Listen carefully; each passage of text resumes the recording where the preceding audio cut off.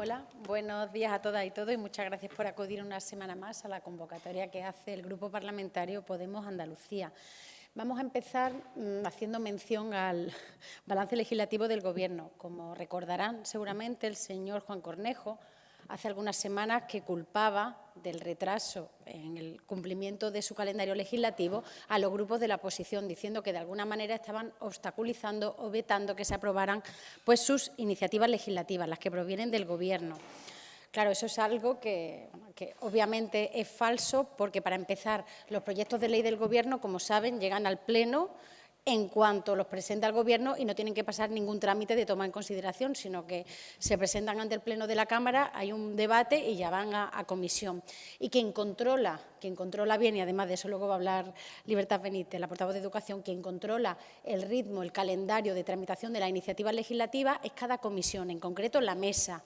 Y como ustedes saben, yo creo que el 90% de las mesas de las comisiones están controladas por el Partido Socialista y sus socios Ciudadanos. En consecuencia, es materialmente imposible, aunque quisiéramos, que no queremos, retrasar u obstaculizar el calendario legislativo o la tramitación legislativa de los proyectos de ley que vienen del Gobierno.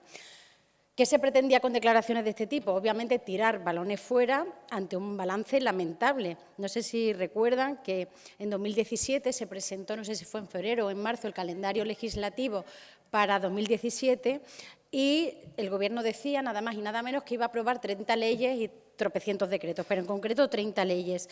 ¿Cuántas se han presentado? No hablamos de que se han aprobado. ¿Cuántas se han traído realmente? 13 de 30, es decir, un 43% de lo que el propio Gobierno se comprometió a traer en 2017 es lo que han sido capaces efectivamente de culminar y de presentar.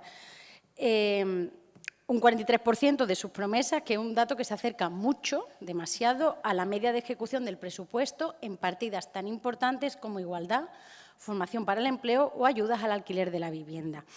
Ese 43% del cumplimiento, a nuestro juicio, es una muestra más de la actitud de un Gobierno que funciona a medio gas. Nosotros creemos que ya va por la inercia del movimiento después de 35 años gobernando, pero con nula capacidad para innovar ante los retos actuales que tiene Andalucía. Según el último EGOPA, las principales preocupaciones de los andaluces y andaluzas correspondían, por este orden, a desempleo, sanidad y corrupción. Son tres cuestiones que se mantienen inalterables en los últimos años como resultado de políticas fallidas de recortes, de austeridad, en un clima de crisis económica y de saqueo de muchas instituciones por parte del Partido Socialista. Y tenemos casos como los ERE, los cursos de formación o la Fundación Guadalquivir, que así lo atestiguan. ¿Qué soluciones ha puesto Susana Díaz para dar respuesta a esta preocupación de los andaluces y las andaluzas? Desempleo. La única propuesta clara y que sí ha cumplido ha sido paralizar los cursos de formación para el empleo. Es verdad que anunció en reiteradas ocasiones que se iban a recuperar, pero los mismos que ella paralizó por miedo a ser imputada cuando salta el escándalo de los cursos de formación. 5 años después, en la comunidad con el paro más alto de España y de Europa, seguimos sin tener cursos de formación para el empleo. Yo no sé ni cuántas veces hemos hablado de esto porque hay un anuncio y ya parece que vienen, pero nunca pasa. Grado de cumplimiento, 0% en este caso. Y la empleabilidad de los jóvenes andaluces la tenemos en el peor dato, en uno de los peores datos de nuestra historia y mucho peor, desde luego, que cuando empezó la crisis. Corrupción. En materia de corrupción, que hemos visto que es la segunda preocupación de los andaluces y andaluzas, el único partido que ha traído al Parlamento de Andalucía propuestas claras para debatirlas ha sido mi formación, Podemos Andalucía. Como ustedes recordarán, trajimos una proposición de ley de creación de una oficina antifraude. No salió adelante, fue vetada en la toma en consideración porque dos partidos, otra vez por el Partido Socialista y Ciudadanos, con la excusa peregrina de que en el famoso pacto de investidura entre los dos partidos se había firmado la creación de algo parecido. Bueno, está muy bien, pero ¿dónde está ese órgano? Ya ha habido varios anuncios de que se iba a crear esa supuesta oficina. Nosotros decíamos que parecía que la iban a poner en el cuarto de la fotocopia del Ministerio de Hacienda, pero es que ni eso tenemos a día de hoy. La Oficina Anticorrupción no se ha creado 3 años después. ¿Por qué? ¿Y por qué se nos dijo que no con la excusa de que iban a crear la suya propia? No era la que nosotros queríamos, porque nosotros queríamos una oficina que dependiera del Parlamento y obviamente no queríamos que dependiera de la Consejería de Hacienda, de la Junta, a la que tenía que controlar y que vigilar. Pero, en cualquier caso, a día de hoy no tenemos nada de eso. Y luego es curioso porque a la presidenta no le gusta nada que hablemos de corrupción cuando afecta a su partido, cuando decimos que por la corrupción se van millones de euros que podrían ir dedicados al bienestar de los andaluces y de las andaluzas. Y sanidad, el tercer elemento que preocupa y mucho a la población andaluza.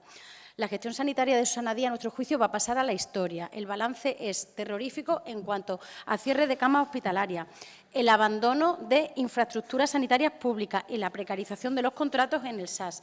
En definitiva, todo eso va a revertir y se está convirtiendo en un peligro para la salud de los propios andaluces y andaluzas, aplicando recortes injustificables, lo que un día fue la joya de la corona y así ha sido calificado muchas veces por el Partido Socialista, ¿no? La sanidad andaluza. ¿Cuál era el compromiso legislativo para solucionar un caos sanitario que creemos que ya la Junta reconoce y que ha provocado manifestaciones, no lo olvidemos, en todas las grandes ciudades andaluzas? La Ley de Sostenibilidad del Sistema Sanitario. Parecía que esa era la solución a todos los problemas. Esa ley se encuentra en la Comisión de Salud, habiendo superado ya la fase de enmiendas. Estamos esperando que esa ley vuelva al Pleno y se apruebe definitivamente. ¿Qué pasa? ¿Por qué se está retrasando tanto? Ahí, desde luego, no es la oposición retrasando nada. Lo que pasa es que, a nuestro juicio, si la ley no culmina su andadura con un partido que tiene mayoría para hacerlo, es por dos motivos. Es un texto que se ha elaborado por el Partido Socialista de manera unilateral. No hemos tenido espacio ni a las recomendaciones de los profesionales sanitarios ni a las recomendaciones de otros grupos. Aquí el Partido Socialista funciona como funciona siempre, sin oír a nadie y modificando lo menos posible su propuesta inicial. Ellos creen que tienen las soluciones a todo y los demás tenemos que venir a ratificar sus propuestas. Y, en segundo lugar, la ley solo representa al Partido Socialista, que ahora de pronto se ve solo y tiene miedo de que la ley no salga adelante con todo el respaldo que le gustaría, porque, claro, a la hora de llegar a la votación final sí que nos piden a todos que nos comprometamos con Andalucía y votemos algo en lo que no nos han dejado participar. Nos parece que esta ley está siendo víctima de la nueva relación entre el Partido Socialista y Ciudadanos, que, como saben, a la vista de las últimas encuestas y el próximo panorama o el posible panorama electoral que viene, pues hay una foto que ya no interesa tanto sacar. Y es la de Susana Díaz con Marina aprobando esta ley. Y nos parece que, una vez más, la víctima es el sistema sanitario andaluz y los andaluces y andaluzas. Y, en consecuencia, esta ley no ve la luz. El balance en sanidad, por tanto, después de tantos recortes y fusiones, nos parece que se queda también a cero. En consecuencia, tenemos un Gobierno que nos trae muchos compromisos legislativos, pero que no es capaz de dar solución a los tres principales problemas o preocupaciones de los andaluces y andaluzas. Y ahora, para terminar, y antes de dar paso a mi compañera, como saben, ayer pudimos conocer el proyecto de presupuestos generales del Estado del Gobierno de Mariano Rajoy. Mariano Rajoy, que, como saben, cuenta con el apoyo ahora mismo únicamente de Ciudadanos, Partido Popular y Ciudadanos, que representan a las dos fuerzas políticas que, a nuestro juicio, más antiandaluzas son o que más daño hacen a nuestra comunidad autónoma. Los presupuestos de Rajoy y de Rivera condenan a Andalucía una vez más a la infrafinanciación. La verdad es que las cifras son muy llamativas y no hacen más que ahondar en el castigo anual a que nos viene sometiendo el Gobierno Rajoy desde que llegó a la Moncloa. Y decimos que esto no es algo nuevo para poner en valor que si Mariano Rajoy está en la Moncloa es porque el Partido Socialista se abstuvo y, además, no lo hizo de manera, digamos, clara, sino que hubo un gran debate interno y todos sabemos que Susana Díaz estuvo a la cabeza, estuvo capitaneando aquella opción que finalmente ganó y que optaba por la abstención a la investidura de Mariano Rajoy. Pues bien, cuando ahora salgan a quejarse de la poquísima inversión y del maltrato que sufre Andalucía en los presupuestos, que eso es cierto, hay que recordarle que ellos han sido también corresponsables de esa decisión. Con referencia a las inversiones territoriales, por ejemplo, Andalucía recibe de media 41,37 euros per cápita menos que el conjunto de las comunidades autónomas, por ejemplo. Otro dato también llamativo. Los presupuestos generales del Estado de 2018, el proyecto, destina a nuestra comunidad autónoma un 14,6% de las inversiones territoriales, cuando, según el Estatuto de Autonomía, deberíamos estar en el 18%. ¿Por qué? Porque el 18% es el peso de la población andaluza con respecto a la estatal, ¿vale? Y el Estatuto de Autonomía, que no olvidemos que aprobaron las Cortes Generales, establece que la inversión territorial tiene que ser similar al peso de nuestra población con respecto al conjunto del territorio. Y eso no se cumple de lejos. Del 14 al 18 hablamos de una cifra de muchos miles de millones de euros. Un andaluzo o andaluza recibe de media un 20% menos que un habitante de otra comunidad autónoma. Y eso es algo que nos tienen que explicar porque no tenemos nosotros aquí unos niveles de vida y de bienestar como para justificar ese 20% menos.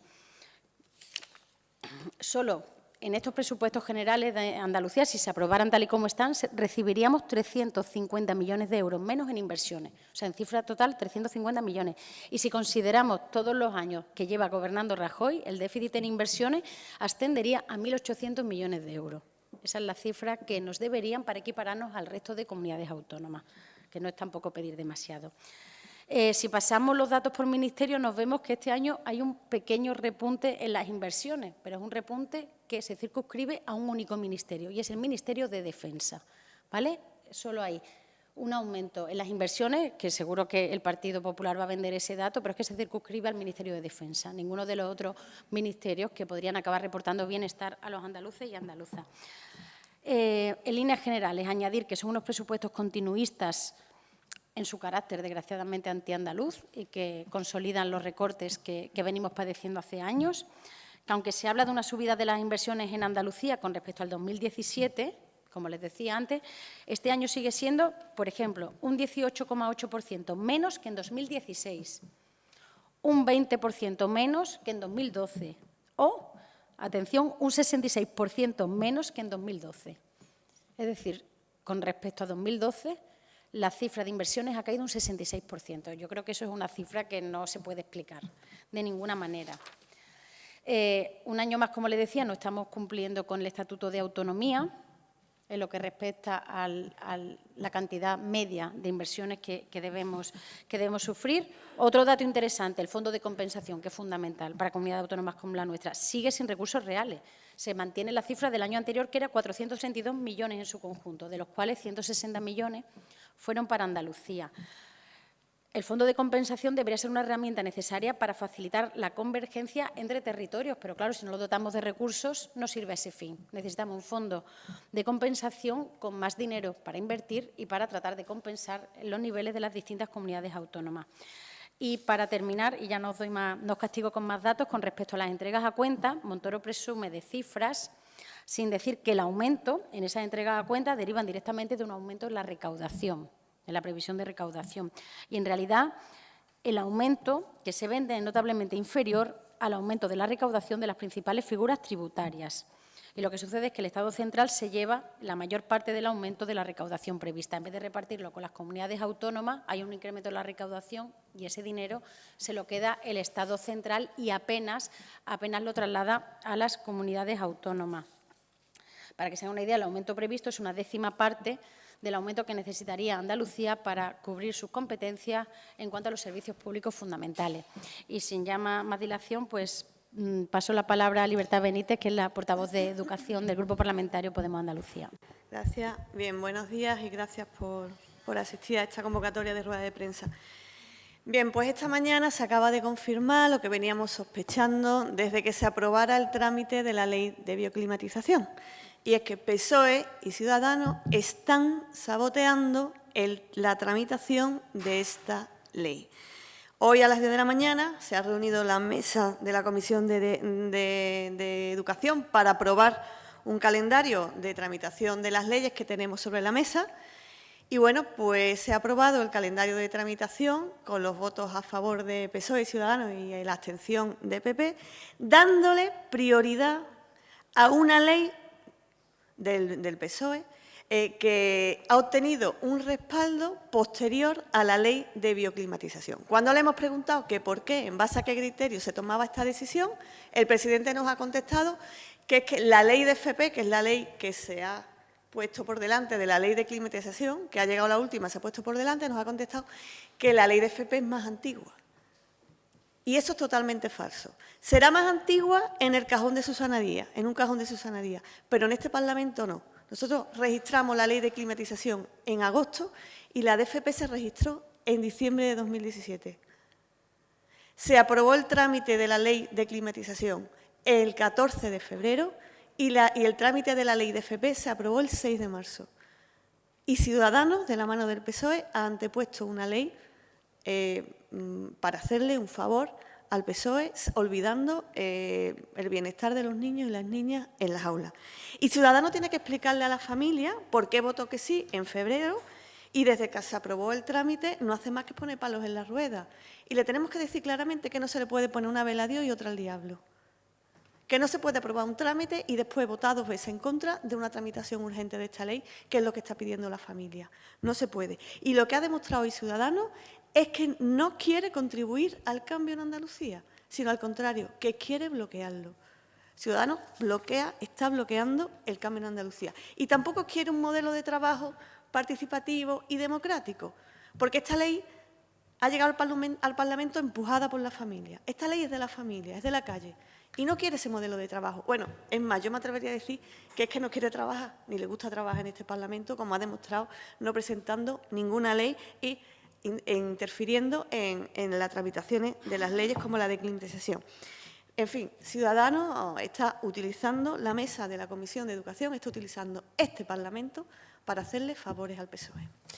Bien, y en otro orden de cosas, otro tema importante de educación que hoy traemos, es que quería informarles de que los grupos, nuestro grupo Podemos y el grupo de Izquierda Unida, pues tratarán de que hoy se incluya en el orden del día del próximo pleno la ley del 5% educativo, una ley que ya ustedes conocen de sobra. Y una ley que se ha consensuado y que trae el respaldo de más de medio centenar de organizaciones, colectivos, plataformas que representan a la comunidad educativa, organizaciones sindicales, familias, profesorado y alumnado. Creemos que es el momento de iniciar el trámite de esta ley en base a 2 consensos políticos y sociales, que son, en primer lugar, el crecimiento económico que debe tener impacto real en la vida de la gente. Estamos cansados de escuchar esta frase en boca de Mariano Rajoy y Susana Díaz: el crecimiento económico debe tener un impacto real en la vida de la gente, pero, sin embargo, sus medidas pues nunca convierten este mantra en una realidad palpable, en la mejora de la vida de la gente, precisamente. Miren, aprobar una ley como la del 5%, pues supone, precisamente, iniciar un camino para hacer justicia con los de abajo. Y los de abajo son los que han sufrido estos últimos años la crisis y los recortes de los 2 gobiernos. Aprobar esta ley implica iniciar un camino para blindarnos nosotros mismos de la tentación de recortar, gobiernes quien gobierne, de recortar en un servicio tan fundamental y en un derecho tan fundamental como es la educación. Y aprobar esta ley significa iniciar un camino para blindar algo tan sagrado, como he dicho, que es el derecho a la educación. Se trata de eso, de blindar el derecho a la educación. Y un segundo consenso de por qué creemos que es importante o creemos que es el momento de sacar adelante esta ley. Porque el 5% del Producto Interior Bruto es un suelo de gastos mínimos que permite, en primer lugar, incrementar la calidad del sistema educativo andaluz y, en segundo lugar, garantizar la igualdad y la equidad educativa. Y esto es muy importante. No olviden, hay una mayoría parlamentaria en el Congreso de los Diputados que ya se ha manifestado a favor de esta línea de trabajo, se ha manifestado en los medios, así lo han hecho PSOE y Unidos Podemos en Madrid, retirándose de esa subcomisión del pacto educativo, porque precisamente no se incluye esta cláusula suelo del 5% del Producto Interior Bruto. Y bien, lo que vemos que es bueno en Madrid y apoyamos en Madrid, creemos que se tiene que apoyar en Andalucía. Y es mucho, o sea, si tenemos la oportunidad, como tiene el PSOE, de gobernar en Andalucía, y una cosa que está defendiendo en Madrid, la tiene que sacar adelante allí donde gobierna. Y por eso le instamos a Susana Díaz a que no se piense más el voto de esta ley y que rectifique su voto en contra, que ya anunció con un informe desfavorable en su momento. Que lo rectifique, que vean las posibilidades, porque son muchas las posibilidades de esta ley, y que sea capaz de ver más allá de sus intereses partidistas. Porque precisamente esta es una ley de sentido común y es una ley que hace propósito de enmienda de los errores que el PSOE andaluz ha cometido aquí y que ha sido recortar en educación sin pudor alguno. Bien, el 5% del Producto Interior Bruto no es una cifra aleatoria, como ya ustedes saben. Es la media de inversión educativa en Europa, el 5% del Producto Interior Bruto. Y aunque desde Podemos Andalucía aspiramos a más, aspiramos a llegar al 7%, pues como yo creo que con el 5% se lo hemos puesto fácil a partidos como el PSOE, ¿no? Entonces, yo creo que le tiene que costar trabajo decir que no a esta ley. Le tiene que costar trabajo. Y que Susana Díaz vuelva a votar en contra de esta ley y se oponga a esta iniciativa, pues sacará de nuevo la peor cara del PSOE andaluz. Por eso creemos y confiamos en que no va a votar que no y en que no se va a poner una cosa de sentido común. De hecho, bueno, no es la primera vez que Susana Díaz condena a los andaluces a ser ciudadanos de segunda, ¿no? Ya lo hemos visto con la ley de titulizaciones, la ley de cuentas abiertas, también lo hemos visto hace 2 semanas con la ley de control del Gobierno en funciones que presentó mi compañera Esperanza. Y bueno, en todos estos casos, pues Susana Díaz votó en contra de lo que su partido había aprobado en otras comunidades. Bien, y voy terminando. Pasar de un 3,9 a un 5% son más de 1.500 millones más para educación. ¿Y esto qué supondría? Pues terminar con las políticas de la improvisación por falta de recursos, que es lo que estamos viviendo ahora, y terminar con la política de las migajas. No podemos dar migajas para infraestructuras educativas, migajas para atender al alumnado que más los necesita. No podemos basar nuestra política educativa en migajas. La familia, el profesorado, el alumnado, la comunidad educativa quiere una educación de calidad y para eso necesitamos un presupuesto decente y esto es lo que garantiza nuestra ley del 5%. Muchas gracias.